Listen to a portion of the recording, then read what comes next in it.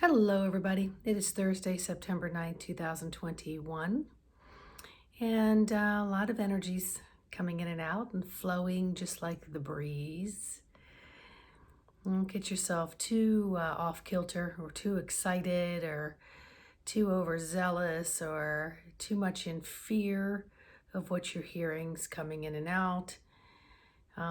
Just understand that it is energy that is flowing, and the sooner and the quicker that you tune into keeping this grounded and embodying all of this as a solid anchor of divine support, and you look at yourself as a divine anchor of support, you will then be able to walk more solidly and encompass the physical body, and it will feel more in contact with Mother Earth, as well as in more contact with the upper realms of the energies and those that are floating around you, and those are solidly placed on the ground around you. So remember that there's a firestorm everywhere. It can be good, bad, or indifferent. You can label it any way you like. But I have my own energies, right? Then someone else has their own energies. Then we have the electromagnetic and geomagnetic of the earth, right? So all this electromagnetic stuff is hitting and meeting each other like bumper cars, people bumper cars. So I can't do anything about my neighbor's bumper car, but I can sure as heck do something about this one and be a sturdy lighthouse and a beacon that is well lit, solidly placed on the ground, very firm. No matter what storms come by, I don't get tumbled over. And that's what each and every one of you all might want to think about doing while these energies are brewing between new moon and full moon. And there's a lot of anticipation about, oh my God, 9/11's coming up. Did you think for 1 second something else of the same thing was going to happen again on the exact same date or right around the same date? I mean, that's definitely that's fake news, and that would be definitely a conjuring of the unwelcomed. Okay, so let's just take today one day at a time and really just breathe in the holy breath of fire.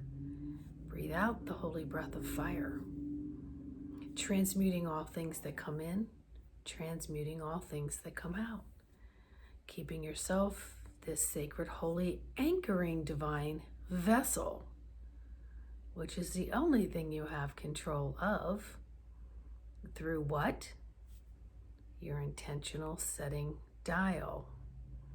So nobody can touch this divine anchoring self unless you allow it. So when you're out there with neighboring physical human folk, animal, whatever, and they have their own electromagnetic fields, you don't have to get all sucked up into them. And next thing you know, you're like, I didn't mean to do that. Cut the cords. You don't even have to get to that point, because remember, you've already claimed you're a sovereign being and that you're a universal being under all that is, under the all that of the universe, right? So if we just maintain that solidarity within the me, myself, and I, and really visualize yourself as I'm a solid divine anchor here on the surface of Mother Earth. And I anchor energy all the way into Mother Earth. Mother Earth anchors energy all the way up through me. I anchor energy for Father Sky. Father Sky anchors energy all through me. And so when I'm out there among like-minded and unlike-minded, I'm not teeter-tottering where I can't wait to get home and close the door and shut everybody out. That's not how you want to live your day. But it does take practice to build a skill.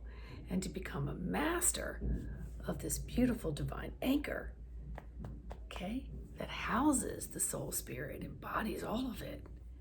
So when you go out there and the storms are coming, you kind of know what's happening. And you're like, well, I'll react when the time comes. I'm not going to have a prerequisite to react. And I'm not going to pre-react because nothing's here, because then I'm really truly operating under what? False reality appearing real. Okay. And, another thing I call that word is I just laugh about it. And I just say, flying unicorns and clapping kangaroos. That's what that is. Okay. So I don't have to feed into the of the rest of it. So this divine anchor that goes by the name of Sandra or Sandy is totally that beacon lighthouse. 360, doing 180s, jumping around, solidly on the ground, head in the sky, head in the ground, but it's always connected to these sacred shoulders and my heart. So there's lots of triangles within the physical body, down and up, and that's what creates these amazing sacred geometry symbols and codes and activations, not only for us, but for others. So I strongly suggest, as we're moving into September more, that you release and let go of what happened in the past. You don't need to memorialize it and bring up all the stuff, because remember what happens in the brain? It doesn't know that something happened a year ago, 5 years ago, 20 years ago, 20 lifetimes ago. It brings it up in the physicality and the emotional body as if it is occurring right here. So there's no buffers. So it can have a very visceral response on the central nervous system that may not feel very pleasant. So if we can just forgive and bless and give thanks to all things that occurred yesterday and back, and go into the new self, the new information, the new ways of doing things, getting out of the monkey mind, getting into the heart, and stepping forward with each moment of knowing that you are this divine beacon, you are this divine anchor, and that everything is inside of you. And sure, when you team up with others that are in the same heart set, mind set, physical set, emotional set, etc., it gives it so much momentum, propels you forward in power. But it's okay to be El Solo, because you're like a Mighty Mouse, in the universe. So you can do all things. You can do all things. So connect with all of that, in the all of you, in the all of the universe. And just know that you're complete. You're just complete. And let your light shine. It's a beautiful light.